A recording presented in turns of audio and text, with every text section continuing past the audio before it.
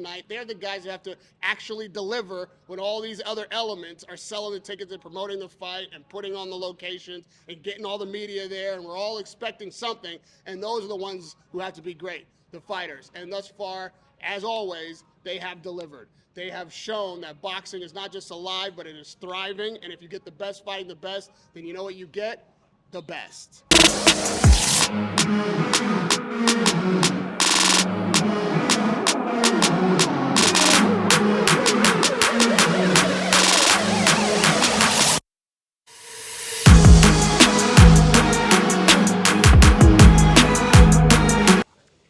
Hi, this is Aiysha for iBoxingHub. I'm here with Radio Rahim.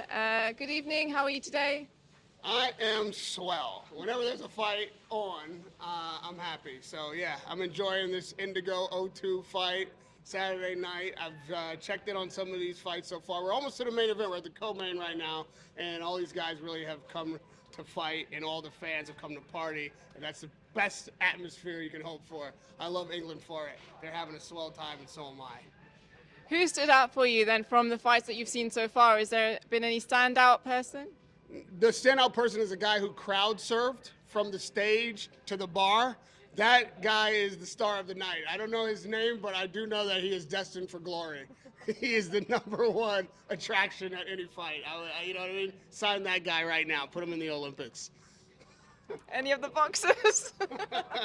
We'll see. I'll wait till the night is over. You know, I'm here supporting Don Charles in the corner of Jordan. So we'll see in the main event how he does. You know, that will be the final fight of the night. So once that's done, maybe we can assess the whole card. But like I said, I've been popping in, looking at a few of the rounds from each fight, but I've also been engaging the fans. I've been talking to my media colleagues like yourself. I've been in and out of the locker room, so I haven't just been sat ringside. I've been enjoying this like a family function, which is what I consider boxing events to be.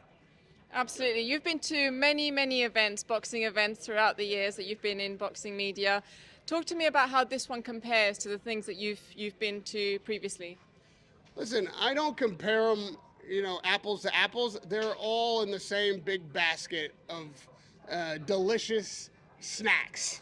This is another fight night where every guy who climbs to that rope and every woman that climbs to that rope puts his or her life on the line and is coming to take a step closer to their dream. This is glory on the night, on the line.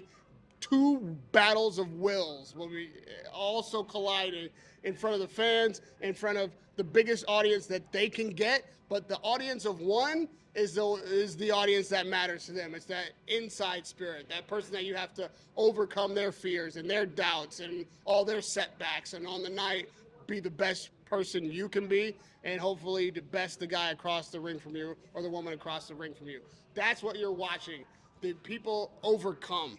They overcome adversity to get to this level. They see their horizon bright because they believe that they have something that is in front of them that is better than what is before them on the night. And so they are always taking a step closer to their dream, a step closer to greatness, which is right at the fingertips of any fighter that climbs through the ropes. So on any given night, whether it be a Saturday night at the Indigo with fighters who may not be marquee names, not televised, or if it's Wembley or with all the networks and a world championship level event, it's the same thing happening in the ring. Greatness is within reach for everybody, and that's why I come to watch the greats and those who we don't know today but may know tomorrow become great. That's what makes this thing a family and a lifestyle. You got to show up. 100%. Obviously, this is a take on the Riyadh season 5v5.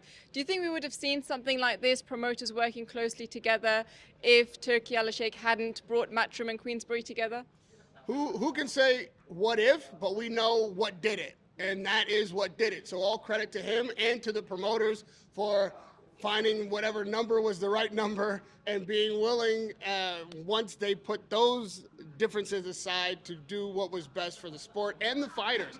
You know, I credit Turki Al-Sheikh, I credit the promoters, I credit the networks who also have to work together, but no credit goes greater to anyone than goes to the fighters, who are the ones that have to perform, who are the ones who wanted to have an opportunity to fight the best and be the best. And so they are the guys who have to climb through the ropes. They are the guys who have to say yes to the fights. They are the guys who have to bring the action on the night. They are the guys who have to actually deliver when all these other elements are selling the tickets and promoting the fight and putting on the locations and getting all the media there, and we're all expecting something. And those are the ones who have to be great, the fighters. And thus far, as always, they have delivered. They have shown that boxing is not just alive, but it is thriving. And if you get the best fighting the best, then you know what you get?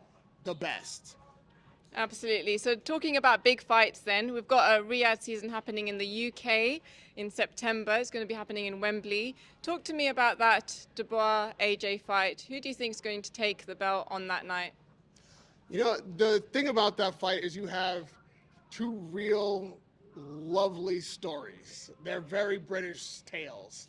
And what Joshua has already accomplished in the sport can never be taken away from him.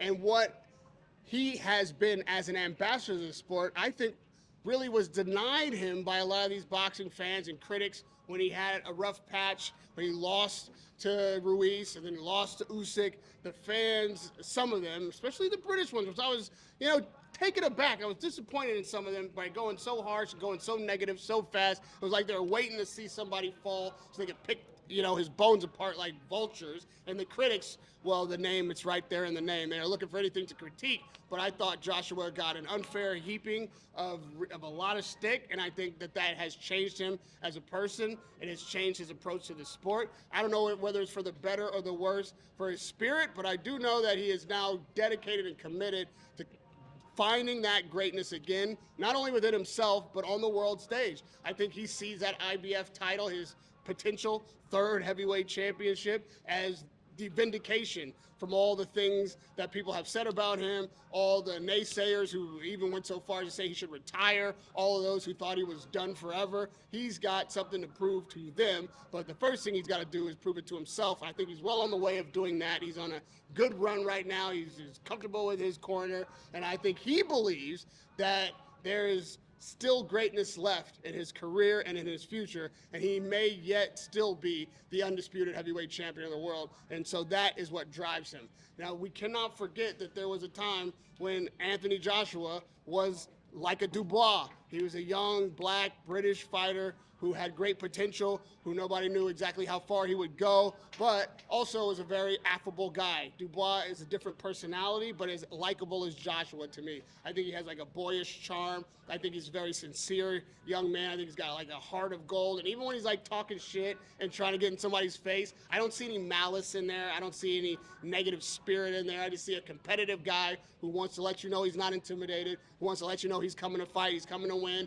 But at the same time, there's just some kind of genuine, solid, good person in there. That quality shines through. He's got in his corner Don Charles, who hasn't gotten the recognition I think he deserves for his long and storied career, all of the careers that he's touched in this sport and in this country along the way. And now he's got an opportunity to corner for the potential IBF heavyweight champion trajectory that Dubois is on to attain. In his last couple of fights, he's proven that he's not a quitter, that he's got heart, that he's got skills, that this is the right trainer for him at the right time, and they just may be on their way to the kind of glory that they dream of, which is hoisting that gold over his head. And to beat, of all people, Anthony Joshua to do it would be more than a dream come true. I think it would be a fantasy realized. I don't think that Dubois would tell you today, but the truth is that he'd have to have been looking up to Joshua at some point in his young career as a young fighter, seeing what Joshua accomplished, seeing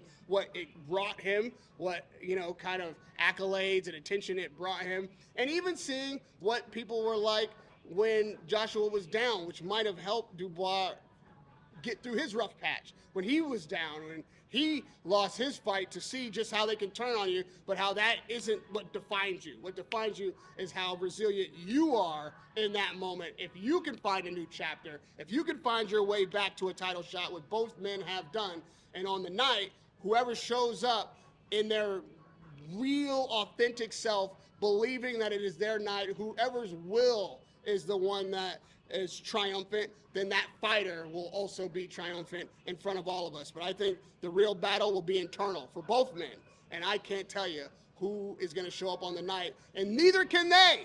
And that's why boxing is the sweet science, because it is an experiment of two elements coming together, and all of us trying to predict what might happen when these two elements touch. But none of us have seen it before. These two guys will never have had the fight that they have on September 21st again, and they've certainly never had it before. You have to realize that just because it's the same man doesn't mean it's the same element on the night. All the things that lead you up to that ring, the camp, the things that happen personally, the things that are going on in your head on the night, all these other things make up that moment. So in that moment when they clash, anybody who tells you that they know for sure what's going to happen is full of shit. They don't know science, and they don't know shit about boxing. So if you knew, you would know that it is a sweet science, and that's why we all show up to see what happens, because it's a big experiment, and these two elements will only come together this way once in the history of time. And if you're lucky enough to be ringside, then you better pay attention, because somebody's going to have their hand raised, and I think it's going to be a glorious night, not just for that individual, but for England and for boxing as a whole. Just quickly before we end, Dubois is now the IBF holder of the belt. It's been given to him by default. Can you call him a champion? The IBF is calling him a champion. He's not the one who decides or determines how that is defined, but I think he, as much as any fighter would, want to win it when it's on the line ahead of the fight.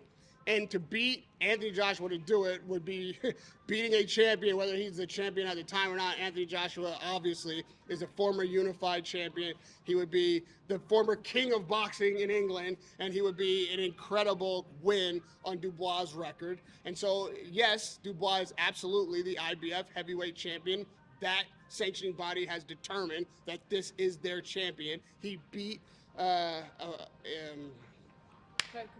Herkovich in Saudi. It was for the eliminator. They stripped Usyk. Now that is something that you've got to distinguish for yourself whether or not that should be the case. But at the same time, you know, Herkovich waited a long time as should have been the mandatory. So there is something to be said that if these sanctioning bodies have mandatories that you have to face and you don't face them, then you can be stripped. So that opens up an opportunity for fighters who didn't have a chance to fight for the title to get the title if the title holder refuses to fight them for whatever reason, whether it be money, nobody wants to see it, or there's a huge, a chance to become undisputed and you don't want to risk that. You might have your reasons, but does that help the guy who has earned the opportunity? No. So the guy who earned the opportunity was Dubois and Herkovich, and they came together. Dubois bested Herkovich, and now he's the IBF champion. He's absolutely a champion, but I think even he would say he wants to beat Anthony Joshua and hold that title over his head, having known that he won it on the night, defended that title against one of boxing's greatest legends and the ambassador of the sport that he probably grew up idolizing. Rahim, thank you so much for your time. It's always a pleasure to have you, and we'll catch up soon. Thank you so much. Thanks, Aiysha!